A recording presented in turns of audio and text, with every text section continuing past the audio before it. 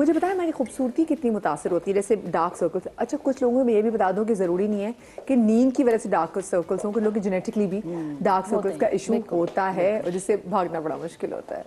नींद सिर्फ ऑगमेंट करती है बेसिकली, उसको थोड़ा सा और बढ़ा देती है डार्क, लेकिन मोस्टली जो कॉमनेस्ट कॉज होता है वो आयरन और फेरेटिन की कमी होती है। अच्छा, हम मेलाटोनिन पे बात कर रहे थे, खूबसूरती की तरफ मैं आऊँगी।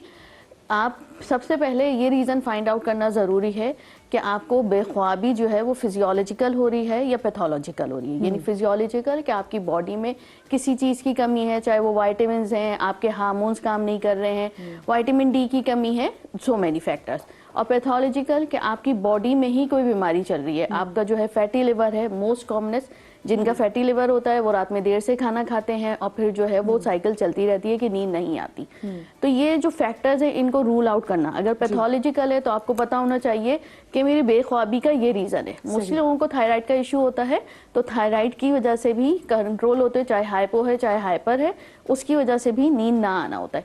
अब ये जितने फैक्टर्स है ना, इसमें जो मेलाटोनिन का रोल है वो ये है कि आप जिस डॉक्टर के पास जाएं वो आपको प्रिस्क्राइब करे।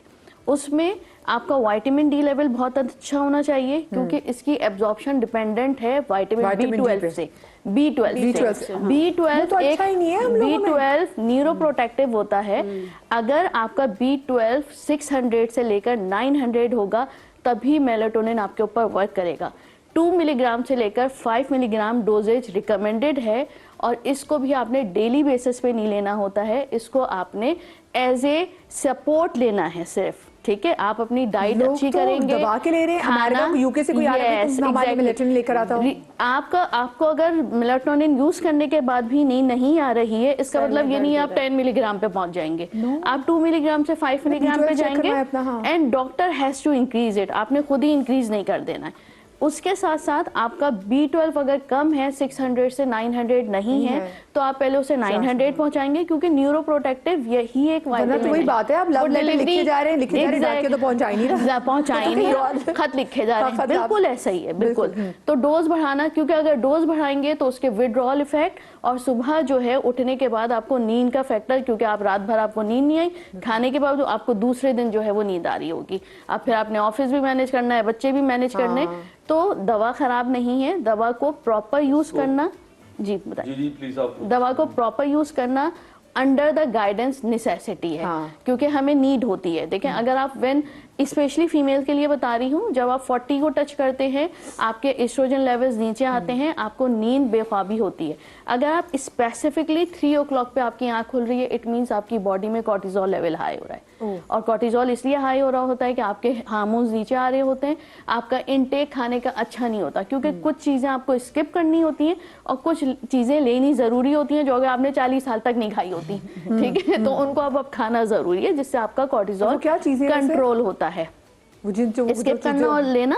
हाँ, जो आप कह रहे हैं कि जो चीजें नहीं खानी होती, जो चीजें नहीं खानी होती हैं वो खासतौर पर होता है कि गोश्त आपको ज्यादा नहीं खाना होता है, आपको वेजिटेबल्स पे शिफ्ट होना होता है, आपको ज्यादा से ज्यादा फ्रूट्स पे शिफ्ट होना होता है, और इसके अलावा नट्स और सारी चीजें या वो चीजें जिनको फाइटोएस्ट्रोजेंस कहते हैं वो आपको अपनी डाइट में ज्यादा करना। अच्छा, मेलाटोनिन की और चीज बताते हैं, रिसर्च आ गया है FDA की कि अगर आपको हार्ट डिजीज है तो आप you have to be careful in taking it. If it's giving you symptoms the next morning, palpitation, आपको घबराहट हो रही है, कोई भी प्रॉब्लम हो रहा है, your blood pressure change or something, so you have to, in cardiac patients we have to monitor it carefully. So हर कोई पेशेंट ऐसे उठा के ओवर द काउंटर नहीं ले without consulting a doctor. वो लोग कहते हैं नहीं, कुछ कोई नुकसान नहीं है, ले लो, हम भी ले रहे हैं, कोई मसला नहीं। सर दर्द की शिकायत भी हो जाती है खवातीन में, बहुत ज्यादा सर दर्द होता है। जी, मैं बहुत अच्छी बात उन्होंने बोली, और मैं इसी में थोड़ा सा ऐड ये करना चाहता हूँ। पहली बात तो ये, मेलाटोनिन जो है ना, कोई भी नींद की टैबलेट नहीं है।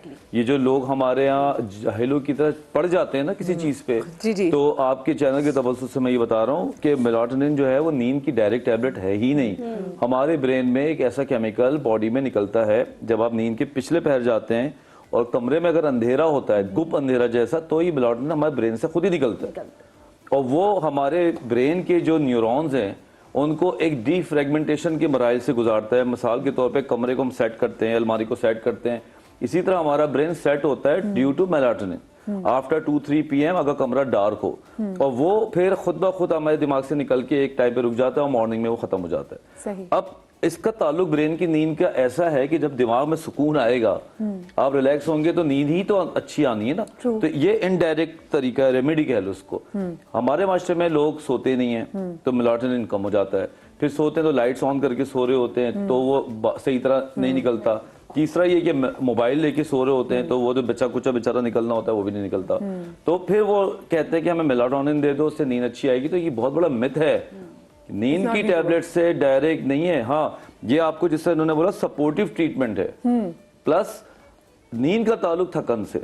आप ये बात याद रखें, जो हमारे माशरे में ज्यादातर पेशेंट जो मेरे पास सबके पास आते हैं, जिस्मानी तौर पे नहीं थकते उतना जितना दिमागी तौर पे थकते हैं। और दिमागी तौर पे थकने को ये समझते हैं थकान, ऐसा नहीं है। अगर आप 6 घंटे पेशेंट्स देखते हैं और आपका दिमाग बिल्कुल माउफ हो जाता है और आप थक जाते हैं और आप चाहते हैं कि अब मैं जाके बिस्तर पे जाके सो जाऊं, तो वो तरीका नहीं है जब तक आप 40 मिनट वॉक करके नहीं जाएंगे। जब तक आपकी जिस्मानी थकावट और दिमागी थकावट इक्वल ना हो, आप पैरेलल हो ही नहीं सकते नींद के लिए। तो ये बेसिक कॉन्सेप्ट्स हैं जो हमारे नहीं समझते। और फिर इन्होंने जिस तरह बोला, भेड़ चाल बहुत है ना, हर कोई तो डॉक्टर बना बैठा है यहाँ पे माशाल्लाह से, जिसको देखो आप महफिल में बैठे हैं उसको सिर्फ इतना बता दो मेरे सर में दर्द है, जनाब सारे डॉक्टर अपने नुस्खे खोल के बैठ जाते हैं। बिल्कुल ऐसे ही। हाँ, कि मैंने मेरे पे काम किया था, ये मैं तो बताती हूँ। मैं चाहूंगी गालिब आप चले जाए किचन काउंटर की तरफ, और पहली चीज जो हम गालिब वो क्या बनाएंगे? सबसे पहले इसका तयन होना कि नींद की कमी की वजह क्या है। हाँ। फिजिकल एक्टिविटी का कम होना, बहुत ज़्यादा स्ट्रेस का होना। कुछ लोग अलार्म लगा के सोते हैं दिमाग में। जैसे मैं अपनी अगर बात करूं तो जैसे आज 7:30 बजे उठना था, मुझे अलार्म की ज़रूरत नहीं, अलार्म लगता ज़रूर है लेकिन मैं 1 या 2 मिनट पहले खुद कुदरती आँख खुल जाती है। अच्छा, मेरी वैसे ना अपने अलार्म से पहले आँख खुल जाती है। मेरा हमेशा मुझे अगर बच्चे को भी स्कूल छोड़ना है, मुझे कहीं जाना है, मेरे माइंड में है कि 7:30 या 8 बजे उठना है, मैं 2 मिनट पहले मोबाइल ज़रूर देखता हूँ उठ के कि 1 मिनट रह गया अलार्म बजने वाला। ये एक कुदरती, और ऐसा नहीं कि बार बार उठ रहा होता, इत्तेफाक ऐसा है कि उसी वक्त आँख खुलती है और दिमाग आपका जो है वो इस तरह काम कर रहा होता है कि प्रॉपर तौर पे आपको इंडिकेशंस दे रहा होता है। अब इसी तरीके से अगर मैं कुछ पेशेंट्स की अगर बात करूं, दिमाग में उनकी ये बात बैठी हुई होती है कि सुबह उठना है या नींद नहीं आएगी, दोनों मैसेजेस आपको नींद में खलल का बायस बनेंगे। कुछ लोग होते हैं जो कहते हैं मैं तो दिमागी तौर पे जाग रहा था पूरी रात, कुछ चीज़ें चल रही थी, बेख्वाबी थी, थकन का अंसर उनमें बहुत ज़्यादा पाया जाएगा, उनको फिजिकल जो एक्टिवनेस है उसमें भी कमी महसूस होगी और दिमाग भी उनका हल्के हल्के वीक होना शुरू हो जाएगा, जिसको आप ये कह लें कि थोड़ा सा जो हाफजा कमज़ोर हो जाता है, उसमें मददगार साबित होगा अगर आप जो है वो इस तरह की आपकी स्लीप पैटर्न होगा। अच्छा, जैसे मैंने अद्वियात के ऊपर बात की, पहली तो बात ये कि अद्वियात खुद से लेना कभी भी अक्लमंदी का वो नहीं है, हमेशा इस पे एम्फसाइज करते हैं। नंबर 2, मेलाटोनिन पे हमने बहुत तफसीलन बात की। 14 साल की बच्ची, 18 साल की बच्ची, 18 साल का लड़का, मुझे नींद नहीं आई थी, किसी ने मेलाटोनिन बताई थी, मैं तो वो ले रहा हूँ। मेलाटोनिन इंपॉर्टेंट हो सकता है, जिस तरह डॉक्टर बजाज ने बहुत वजाहत से चीज़ों को बताया कि ये केमिकल है जो कि दिमाग ने खुद एक्सक्रीट करना होता है, वो नहीं कर रहा होता, उसका रीज़न ढूंढे, ना कि ये कि एक्स्ट्रा आप कुछ ले लें, एड अपने दिमाग को दे दें और उस वक्त तो आप अच्छा हासिल कर लेंगे, लेकिन इसके लॉन्ग टर्म में कहीं ना कहीं बहुत बुरे रिएक्शन। हम देखिए हमारा दिमाग है ना हमारी तरह है, अगर खुद आप उसको काम नहीं करने देंगे तो उसको पता होगा कि मैं तो नहीं काम कर रहा, ये मुझे दे रहा है, ये मेरा खुद ही काम कर लेगा, तो वो फिर सुस्त हो जाएगा। ना सिर्फ दिमाग, जितने भी ऑर्गन्स हैं अगर आप उसको एड पर रखना शुरू कर देंगे तो हल्के हल्के वो चीज़ अपना जो ऑर्गन है वो अपना काम छोड़ती रहेगी। जैसे कि हम बात करते हैं पेनक्रियाज की, कि जो लोग शुगर की दवाओं पे चले जाते हैं, जो थायराइड होता है उसकी दवाओं पे चले जाते हैं या किसी भी चीज़ की दवा पे चले जाते हैं, बॉडी अपना काम हल्के हल्के छोड़ देती है क्योंकि उसको तो वो केमिकल मिलना शुरू हो गया, तो वो उसको बनाने की ज़रूरत क्या है, फैक्ट्री बंद कर देगी वो, क्योंकि मुझे तो एक सर्कल चल रहा है। मैं अपने क्योंकि हफ आ रही हूँ, बंद करो सिस्टम सारे। हर केमिकल बॉडी के विसरा की या मसल की कहीं ना कोई जुगाड़ है यूज करने की, बाय डूइंग समथिंग बेटर। ऐसा नहीं है कि आपका अगर बॉडी का कोई काम करना छोड़ दिया तो डायरेक्ट दवाई पे जाए, हो सकता है कोई ना कोई इसका अमल हो जिससे वो स्टिमुलेट हो जाए। ये ना हो कि कल सब अपनी दवाइयां छोड़ के बैठे हो, कुछ दवाइयां लेनी जरूरी होती हैं, जैसे थायराइड की और डॉक्टर ने जो दवाई दी है, हम फिर वो कह रहे हैं खुद से नहीं, डॉक्टर ने जो दवाई दी है वो नहीं, कल सब जुगाड़ पे ना बैठे हो जिस्म के। अच्छा, वैसे मैं अपने पेशेंट्स को ये कहती हूँ कि आप किसी पे डिपेंड करना शुरू कर देते हैं तो वो ऐसा ही होता है जैसे घर दामाद, उसको काम करने की क्या जरूरत है, सब तो आप उसको दे रहे हैं तो मैं इस तरह मिसाल बताती हूँ, सब कहते हैं हाँ हाँ हाँ ठीक है। मैंने कहा, देखिए अगर डॉक्टर ने आपको एक दवा दी थी 3 साल पहले तो आप अभी तक क्यों खा रहे हो?